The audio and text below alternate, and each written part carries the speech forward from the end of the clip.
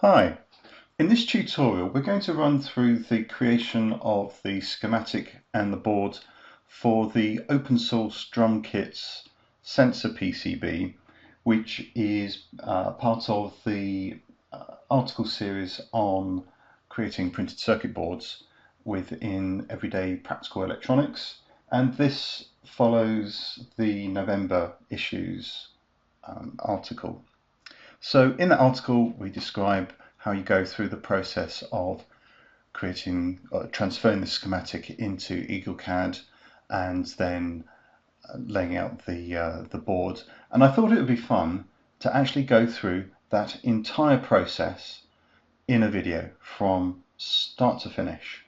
So I've done this once already, and if I just pull this across, we might be able to actually see the output. So at least I've taken this process already to the point of positioning the components ready to route them.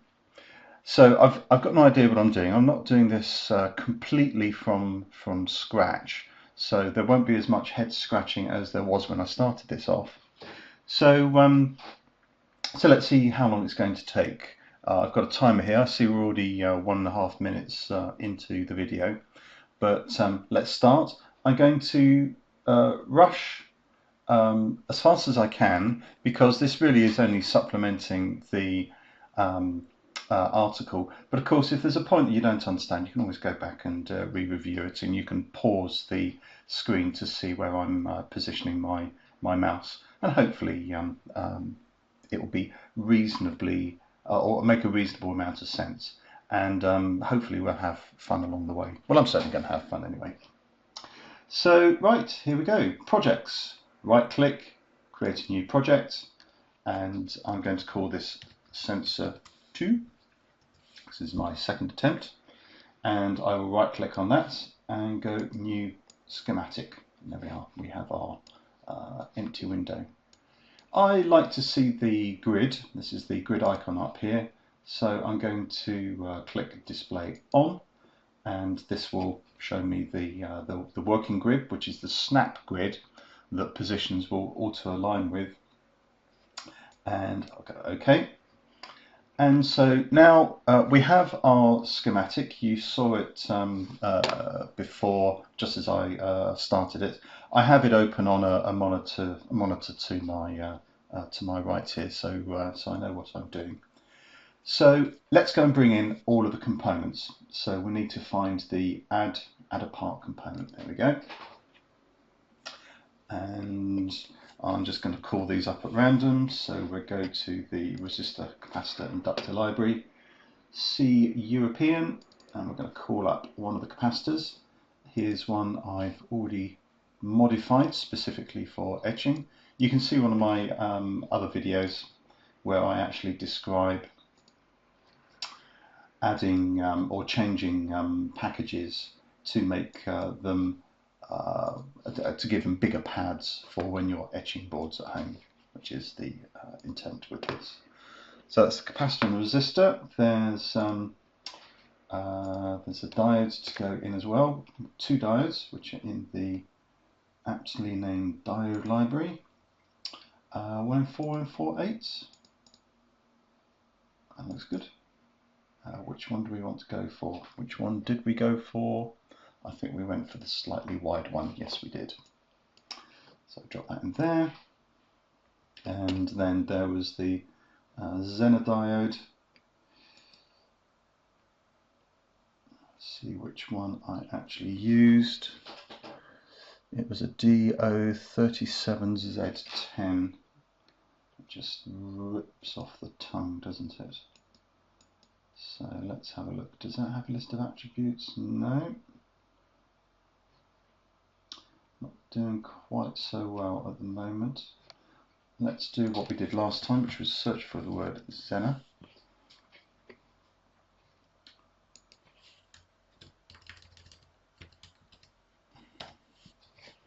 There we go. Okay, so we are after DO37, that one, and I selected that one last time because it looked roughly the same pad shape as for the one in 4148, and I've compared the two diodes together physically and they look the same, so that kind of make a certain amount of sense. Okay, okay. We need the trimmer now, so that's in the potentiometer library. Clear that. Pots. As you can see, there are thousands upon thousands of library components. Trimmer EU, it only lists them all there. Good. CA9, that's the one we used. Stick that there. And now for our two headers. So CA was that one. So one of them is going to be from the pin head. Got a bog standard 1x2 pin head in horizontal, sorry, vertical format. That's good. And we also have a screw terminal. I love these screw terminals. And that's in our Wago library, PQRSTUV. And where is that? Oh, it's Con Wago. Back up the top, Con Wago 508. There we are. Con Wago 508. The 2-pin version that's side by side, which is probably that one. Yes, definitely that one. This is one of the funny things with connectors is, let's go back to our schematic.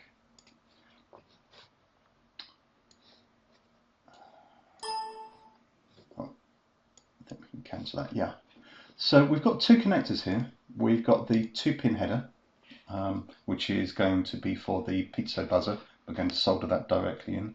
And then over here we've got the screw terminal block, a 2-pin screw terminal block. Notice though that the connections can be independently moved. Some designers like to be able to place the symbol for the pin head close to the component they're working with. Other people like to keep them together in the kind of sense of the physical device. Both views are reasonable. Personally, I like to lay out my schematics roughly similar to the physical layout. It just kind of makes more sense, I find. That's just me. You can do as you wish. So let's organise this schematic now. So I'm just going to move some things around and align them. I'm going to use pin 1 on this jumper, on this header, to be the ground connection that will run all the way through. That's just for convention. We're going to put that there, and we're going to put that just about. Let's move it over there a little bit, a bit tidier. I don't like this text here, but we're going to sort that out in a minute. We can bring that here. And then the diode. Now I clicked the right button there to rotate it, by the way. Obviously this is not a terribly good spectator sport, particularly when I'm cheating and doing some things that you can't actually see. I'm also going to move that down there. Click right to rotate it. Click right twice there actually. And likewise here, right. That brings that around.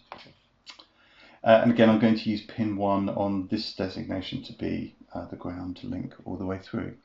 So that's our schematic. Let's add some wires, or as they are called, an electrical net. So I don't know why they're called nets, but they are. So just click on that. Click on the start point of our net. I'll scroll in here with the mouse wheel. Start it on the end point there. Don't put it here, because that is not connected to the connector. Stick it there. Now, if you want to know whether you have actually successfully clicked it on an endpoint, here's a trick. Left click there, and left click there, and then escape to end the wire entry. If I now click move of that component, and I click again, notice how the wire doesn't come with me. It's because it's not connected to it. escape that. I'll now select the delete option, remove that wire, and put a net in again. Now I connect it there and here, and press escape. Now click move, click on the component. Notice how the wire follows me. That's because it knows it's connected. And that's a good way to find out if you're unsure whether you've actually successfully hit the spot, as they say. It's interesting, got some odd text here. I'm not terribly happy with that.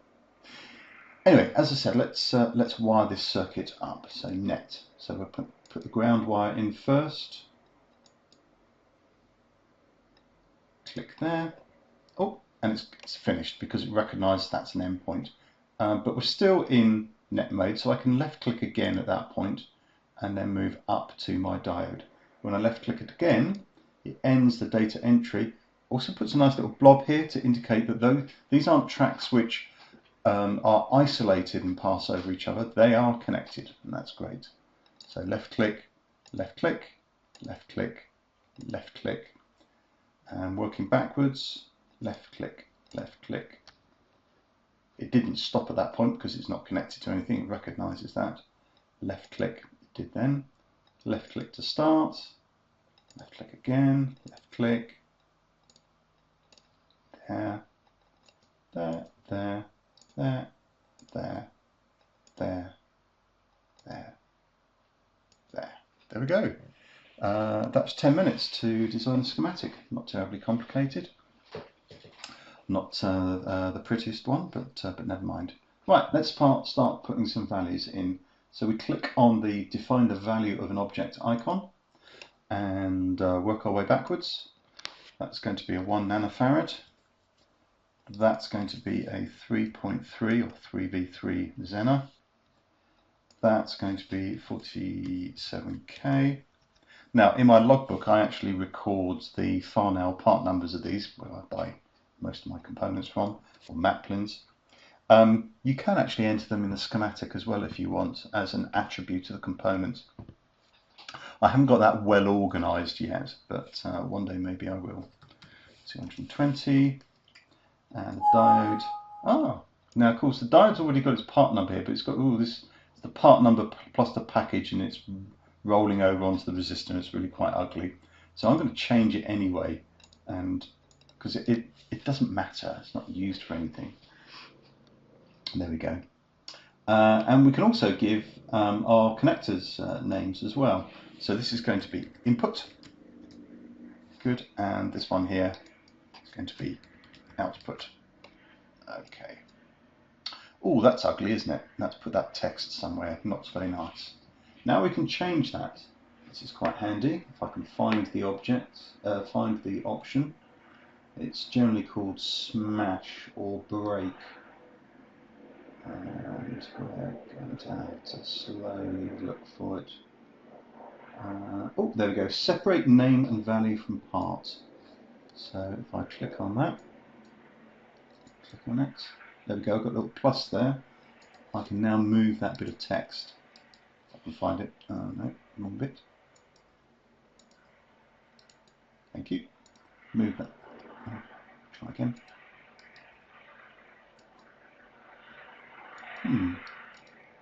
There we go. Move that text to somewhere more convenient, like there. Sorry for the background noise. There seems to be a helicopter hovering outside my house. That's because I live very close to Croke Park in Dublin, and there's some hurling going on. And so that's probably the news crew.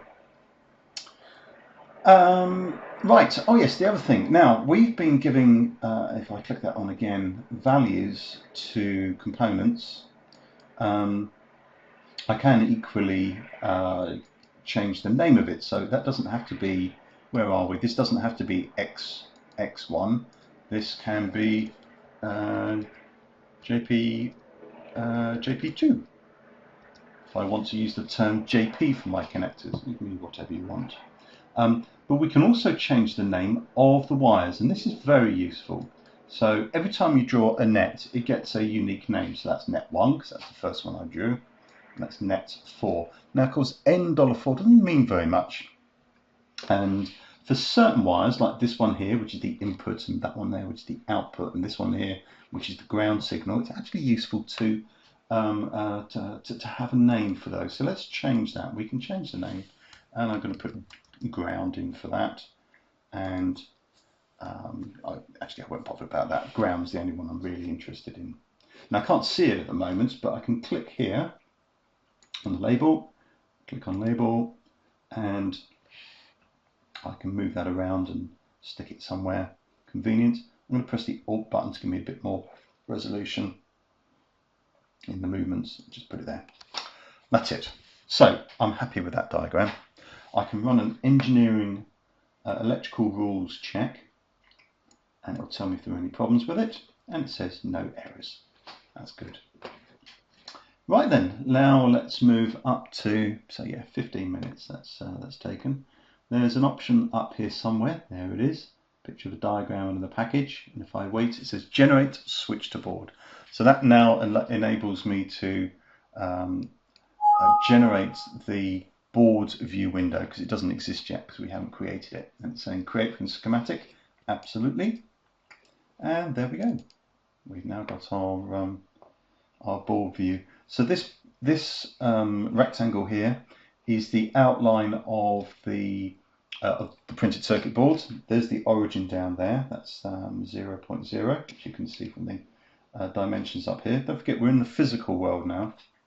And this is the size. This is the biggest board we can have in the light version, 100 millimeters by 80. It actually looks squarer than 100 by 80 sounds, and that's purely down to the resolution of my monitor and the shape of the pixels. But don't worry, it will be proper when it's printed. So we can now move the items around, which is what I'm going to do. Oh no, first of all I'm going to put the grid on. I do like to see my grid, where I have it as lines. Turn the display on, display the grid, thank you. Just zoom in a little bit more. And I can now start to move the parts around. So I'm not going to put them right up to the edge, or even there, because you're going to want some space at the edge, because particularly when you're having boards manufactured, you need space for the manufacturing process to be able to have a certain amount of space where it won't damage boards when it's being cut. So let's put that component there. That's about 0.05 of an inch in, so that's barely anything. Take my diode here. Can you see the airwaves, the little yellow lines? They indicate the lines of connection. And I'm going to rotate this round now, so I've got these two quite close together. So that's nice. I know that's the right way round, and I'll need to join these two bits later. You can click here. This is called Rat's Nest. Yeah, there we go. It highlights that. And what that does is it shows the shortest link between electrically equivalent points. And that's just handy for when you're actually routing the board and sometimes choosing where to put components. I've already been around this once, so I've got a good idea of where stuff needs to go. But we'll certainly see it here. Like at the moment, I know that one, well, let me just put the component there like that for now. We'll come back to it in a second. I'm going to Rat's Nest again. See how it's tidied itself up. Let's move the resistor here down to about, that's quite snug. Let's put it there. Rat's Nest again. That's okay. And move that to about there. Is that too close? No, that's okay. And again, our Rat's Nest, so we see the wires tidy themselves up. You kind of get the sense that that's the right way round for that connector. So that's a good way to wire it. Put that there. Rat's Nest again, so it gets very simple again. And let's move this component here. And we can zoom in a bit now. I've got a bit more positional accuracy. How about there? That's nice. And that's right, next again. That's nice and compact, so we can actually move this down.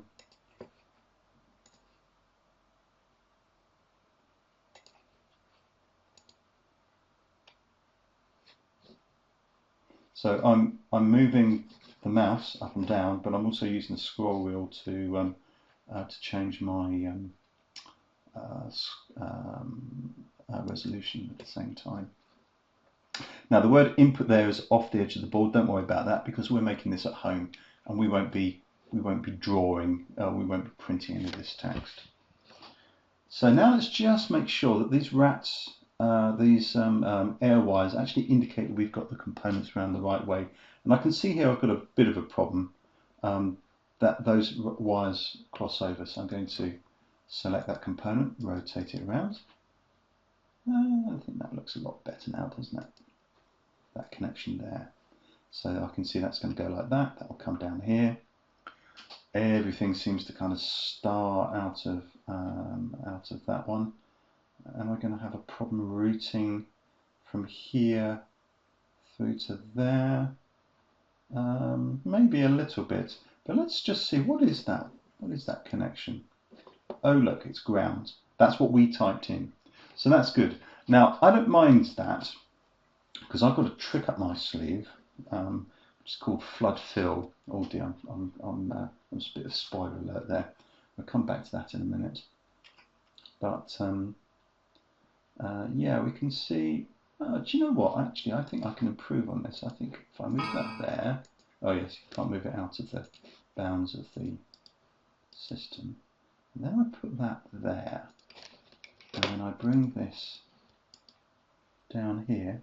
Oh, that all looks, yeah, that fits better now. I do like that. I'm glad I've done that. Because of course this is the second time I've done this, so I already knew what the layout looked like. But because I've just thought about it a little bit more, just rat's nest, make sure it's, yeah. That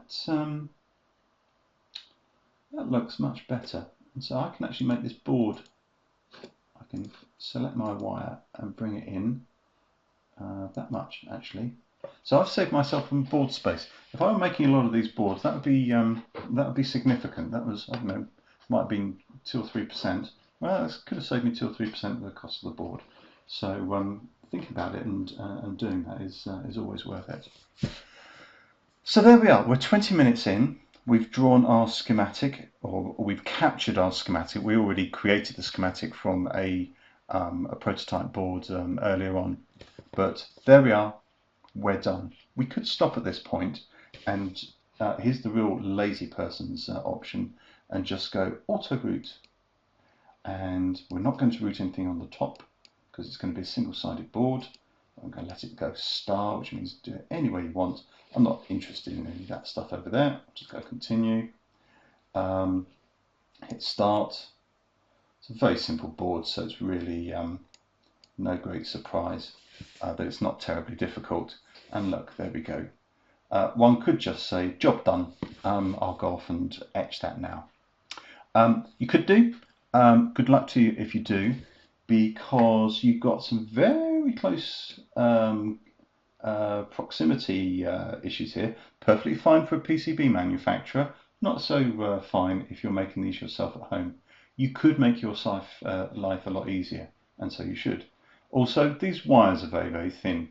Given that you're etching away 99% of the board and you're only leaving a tiny amount of copper, that's going to be quite difficult also. We're going to get round that problem generally, as one always does with etching boards at home, is that we're going to actually flood fill the ground layer completely, so there's a minimal amount to take away. But even so, these tracks are just too thin. So I've got a choice here. I can either rip this up. How do I do that? I can rip up a routed track, and I can do these manually like this. Or I can just go rip up and go, meaning do all of it, and it's all gone. And this is a simple board that, to be honest, I think I can route this manually by myself. So let's give it a go. The first thing I'm going to do is change the width of the wires. So width, that's quite small. And, you know, this is an audio frequency design with plenty of space. So I'm not going to struggle too much with thin wires. So what have we got here? My goodness, that is a big wire. But that's fine. Oops, did I mean that? Control Z? No, I didn't. Thank you. Now, you can click the right key here, and if you can see at the top there are different angle shapes that you can go through. That looks quite nice. That little ting you can hear is the CAD system recognizing that it's correctly joined an air wire. So I'm going to click on that one again, giving lots of space. And I love the way that it highlights all the things that you actually need to connect. Let's do that one goes there, and this one goes there, and that one. Goodness, this is so easy. So easy, he says, but actually we've got a slight problem now, because we've got this guy needs to go here, and if I press escape, this guy wants to go down there. Maybe that's not such a problem. Let's do it like this, and then like this.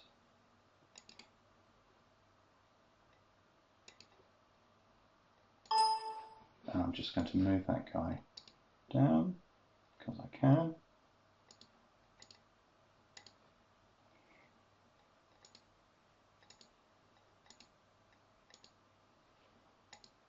Get the angles the same. There we go. And I think that's it. Now, it can sometimes happen that you miss a routing wire. So I'm going to go route manually. I'm just going to click around the board to make sure it doesn't suddenly highlight an air wire. But no, that looks like it's it. There we go. We are done with that board.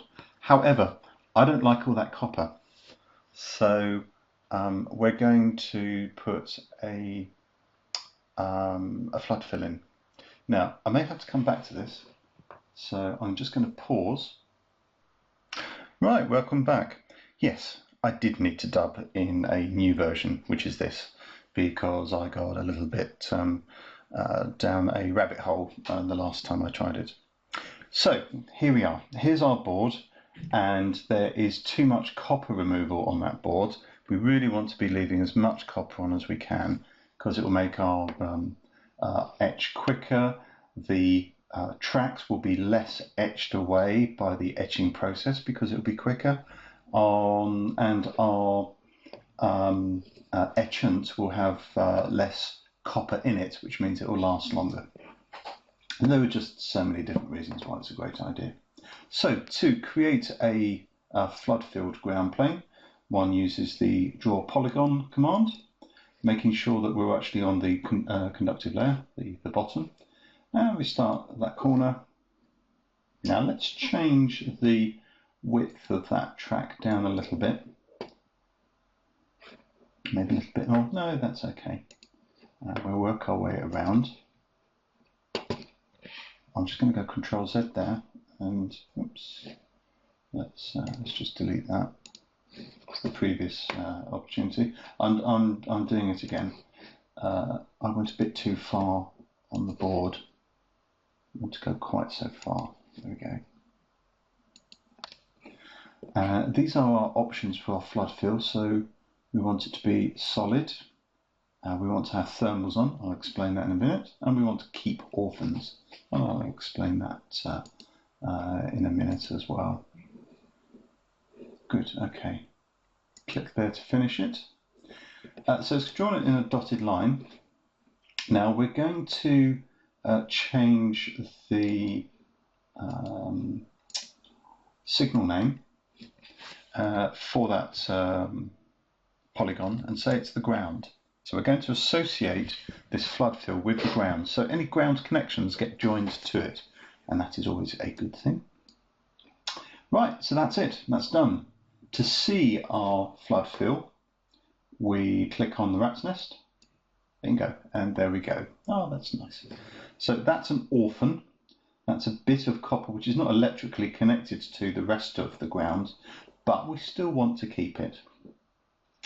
And thermal reliefs are these things. So that pin should be connected to ground, but a little bit of space has been left around it so that as we're soldering, we don't find the heat taken away from the iron by all this copper.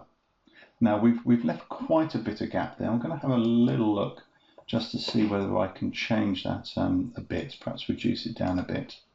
I'm just going to drop these down, maybe not quite as much as that. I was playing with this earlier and it wasn't actually working for me. So in fact I was actually surprised it worked at all then. No, it's not too bad. It's actually the same. Let's just run through that, or are we happy enough with that? No, I'm going to leave a little bit more copper on there. So let's change the width of that again. Change width. Point. It's going to change width. 0.16. That track there. Yep, that's better. Rat's nest it again.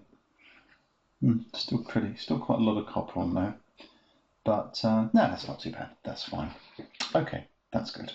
So our board is finished.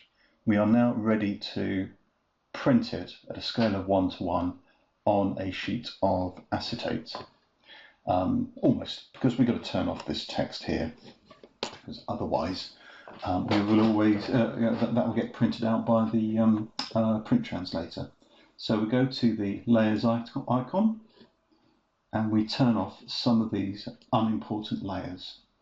There are lots and lots of layers, and these are all standard layers. So we've got the cream for the silk silk screen. No, that's the finish.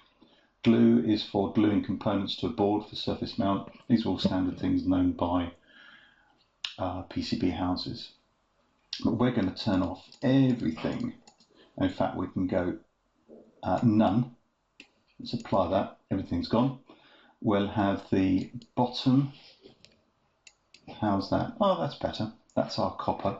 But we're also going to show the drills. So perhaps, is it the pads that we want? Well, they're going to come out in black anyway. Holes, drills, apply. Okay, maybe not. So just that. What we do want to do though is put on the document layers. So no, not those ones. The reference. No, not that one either. It's one of these measures. No, we haven't found it. It's the dimension. Yeah, of course it is. That's the board outline. Obviously, we want to be able to see the extent of the board when it's printed, so we know how to position it onto a strip of printed circuit board easily. When you've got ragged edges like this, it's very difficult to see. So we'll go OK, and now with a sheet of acetate inside our laser printer, we can come along and go File, Print Setup. And we have a choice here. You should always print in black and solid. And then the question becomes, do we want to mirror this image or do we want to print it as it is? Now, top and bottom layers, one of them has to be mirrored.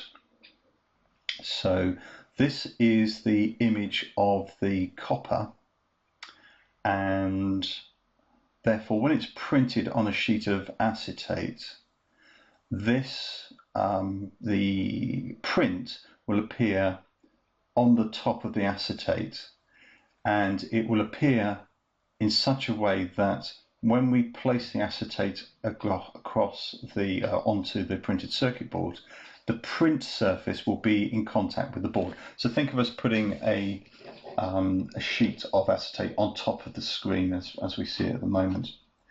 When you're printing with the, and let's just double check that that's actually right, yes, because this is the view that we see looking through from the top.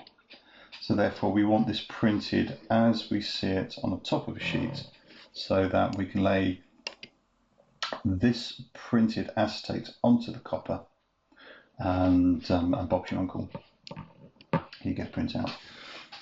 There's actually an easy way to do this, and that's one of the ways that people do this, is to add a bit of text onto this layer, but we won't worry about that. Anyway, there we go. We're ready to print. Thanks a lot for listening.